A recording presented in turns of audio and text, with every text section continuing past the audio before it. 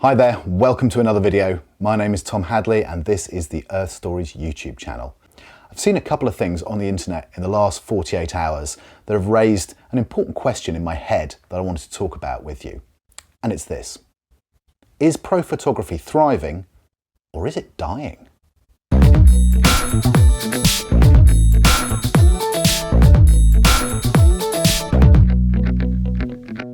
I think you can make a case for both scenarios. I certainly know pro photographers who have never been busier than they are right now. Largely that's due to the internet fueling people's need for constant new images, constant fresh content, which photographers are there to provide. But what about the longer term future? So the first thing I saw this week, which made me start thinking about this whole subject, was a video by a fellow YouTuber, James Popsys. If you don't know James's channel, it's really good stuff. I'll stick a link down in the description, you should go check it out. James was talking in a video this week about his own journey away from traditional professional photography, from being commissioned by clients, to a more freewheeling style where he relies on his YouTube channel to create more of his revenue, which means that he can be free to go out and shoot whatever he wants, whenever he wants, and tell the stories that he wants to tell. Now that's great, he's a very engaging guy. But the question is, do his photography skills remain as important to his livelihood as they did before? Because fundamentally, for anybody who's doing photography YouTube really seriously, there's two things you've got to be. The first is a good entertainer. Nobody really watches YouTube videos just to see the quality of the image at the end. It's about the story, about the journey, and you've got to be able to take people along with you on that. So in a way, all of us YouTubers are as much personalities as we are photographers or gamers or anything else. The second thing when you start taking YouTube really seriously is you kind of become more of a product reseller. Now, that might sound very commercial and a little bit harsh, but it kind of is the truth. YouTube videos around product do especially well, and that's only natural. YouTube is an advertising-driven platform. So any video that is easily relatable to a product advert that can accompany it is obviously going to be popular to the platform, and they're going to promote that more heavily. So a great many photographers start to become reviewers of gear in order to drive the revenues that make their channel a success. But do they need to be a great photographer to do that? No, they don't. Even if we go away from someone like James and his YouTube channel to the way that I work, I make most of my photographic revenue from workshops. Now that's a very popular way at the moment, a very successful way that a lot of photographers are making money. Do I need to make great images to run a great workshop?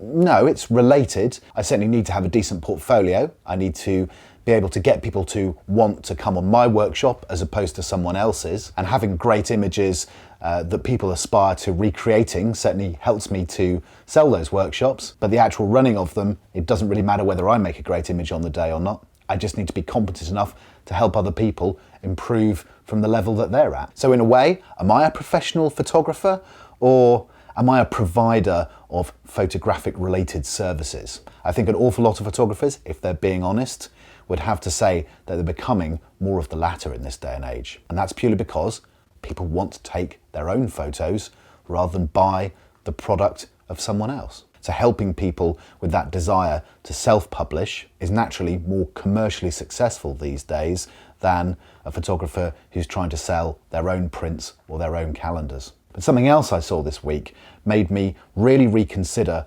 whether even the change that we've already seen to being more service providers than actual photographers may in itself be short-lived. It was an article that I saw on Medium that was very well written and suggested the following premise.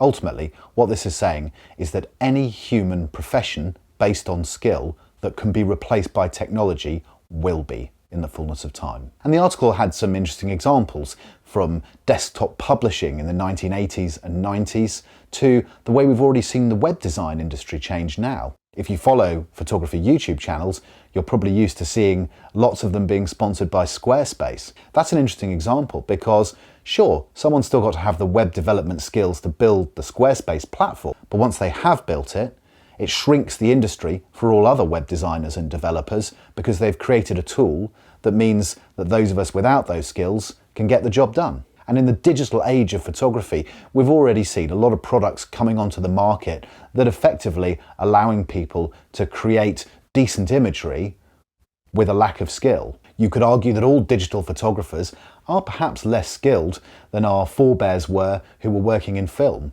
We have a lot of advantages in being able to spot our mistakes and fix them that previous generations just didn't have. That's now becoming true for post-production.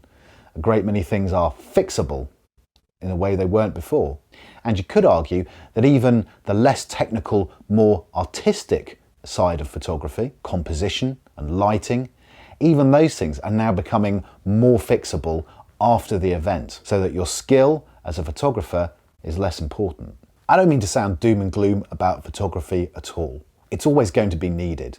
The question is more, who is going to be needed to create the images that the world needs? Will it be superior technology in the hands of people with less skill, or will it still require true creative professionals to provide that? I think what's certainly true is that the skill sets of future generations of photographers are going to be very different from the skills that we have now, just as ours are already very different from those of 20 or 30 years ago. So let's end this video on a positive note.